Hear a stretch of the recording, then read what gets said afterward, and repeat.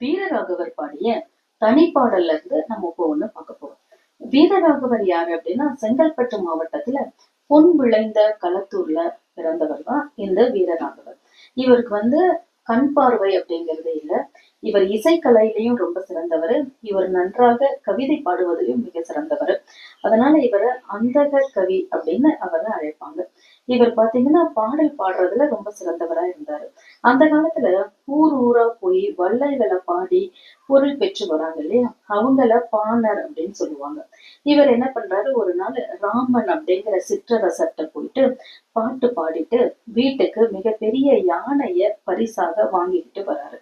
அப்ப இவருடைய மனைவி, பாணனுடைய மனைவிய பாணி அப்படின்னு சொல்லுவாங்க, பாடினி அப்படின்னு சொல்லுவாங்க. இப்படி பரிசில் வாங்கிக்கிட்டு வர பாணன்ட்டு அவருடைய மனைவி கேள்வி கேட்கிறாங்க.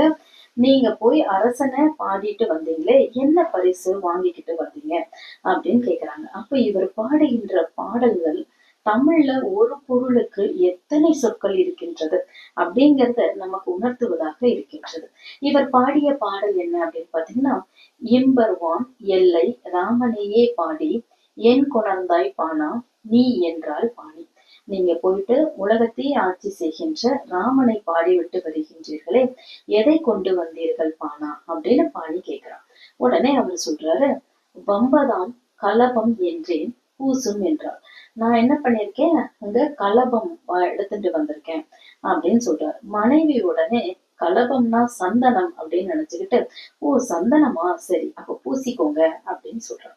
உடனே அவர் சொல்றாரு, அடட இவன் தவறா புரிஞ்சுக்கிட்டாலே, சரி நம்ம அதுக்கு இன்னொரு பேரு சொல்லலாம் அப்படின்னு சொல்லிட்டு அவர் சொல்றாரு, மாதங்கம் என்றேன் யாம் வாழ்ந்தோம் என்றார். உடனே புலவர் சொல்றாரு, நான் மா தங்கம் கொண்டு வந்திருக்கேன் அப்படின்னு சொல்றாரு. அத மனைவி என்ன நினைச்சுக்கிறான்னா, அதிகமான தங்கம் அப்படின்னு நினைச்சுக்கிட்டு, ஆஹா இனிமே நம்ம நல்லா வாழலாமே அப்படின்னு சொல்றாரு. உடனே புலவர் நினைக்கிறாரு, அச்சச்சோ இப்பயும் அவ தவறா புரிஞ்சுக்கிட்டாரு, சரி நம்ம இன்னொரு பேர்ல சொல்லலாம் அப்படின்னு சொல்லிட்டு வேழம் அப்படின்னு சொல்றாரு.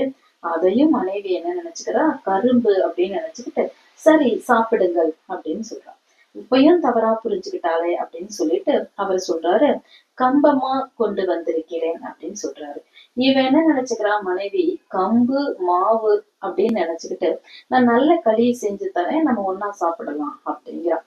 அப்பையும் தவறா புரிஞ்சுக்கிட்டாளே அப்படின்னு நினைச்ச புலவர் உடனே சொல்றாரு, கைமா கொண்டு வந்திருக்கிறேன் அப்படிங்கிறாரு. கைமான்னு சொன்னோன்னதான் மனைவிக்கு தெரியுது, நீண்ட தும்பிக்கையை உடைய யானை அப்படின்னு தெரிஞ்ச உடனே மனைவி சொல்றான், நம்மளுடைய 2 பேருடைய வயிற்றுக்கே உணவில்லாம நம்மளே ரொம்ப வறுமையில இருக்கோமே, இப்படி இருக்கும்போது யானைக்கு எங்கேயாவது தீனி போடுறது அப்படின்னு சொல்லிட்டு கலங்குறான்.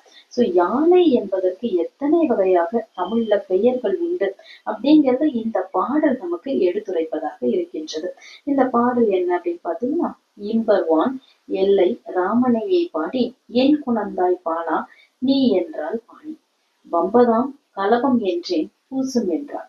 மாதங்கம் என்றேன் யாம் வாழ்ந்தோம் என்றார். பம்பு சீர் வேழம் என்றேன் தின்னும் என்றார்.